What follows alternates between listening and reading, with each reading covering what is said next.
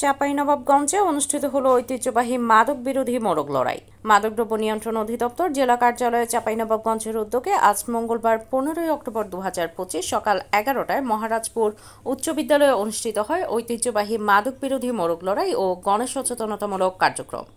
অনুষ্ঠানে প্রধান অতিথি হিসেবে উপস্থিত ছিলেন মাদকদ্রব্য নিয়ন্ত্রণ অধিদপ্তরের পরিদর্শক জনাব মোহাম্মদ রফিকুল ইসলাম। তিনি শিক্ষার্থীদের উদ্দেশ্যে মাদকের ক্ষতিকর দিক ও এর ভয়াবহ পরিণতি সম্পর্কে দিক নির্দেশনামূলক বক্তব্য প্রদান করেন। এ সময় মহারাজপুর উচ্চ বিদ্যালয়ের প্রধান শিক্ষক, সহকারী শিক্ষকবৃন্দ ও শিক্ষার্থীরা উপস্থিত ছিলেন। আলোচনা শেষে শিক্ষার্থীদের অংশগ্রহণে অনুষ্ঠিত হয় ঐতিহ্যবাহী মাদক বিরোধী মোরগ লড়াই খেলা।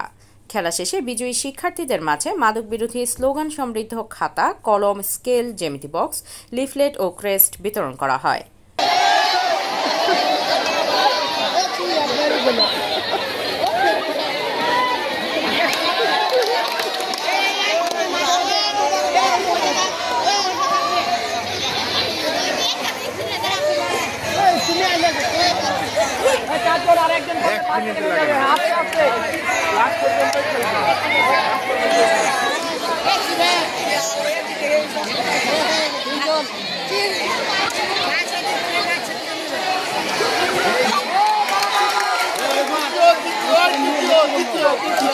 মাহিদুল ইসলাম ফরহাদ, চাঁপাইনবাবগঞ্জ জেলা প্রতিনিধি, ঢাকা প্রেস।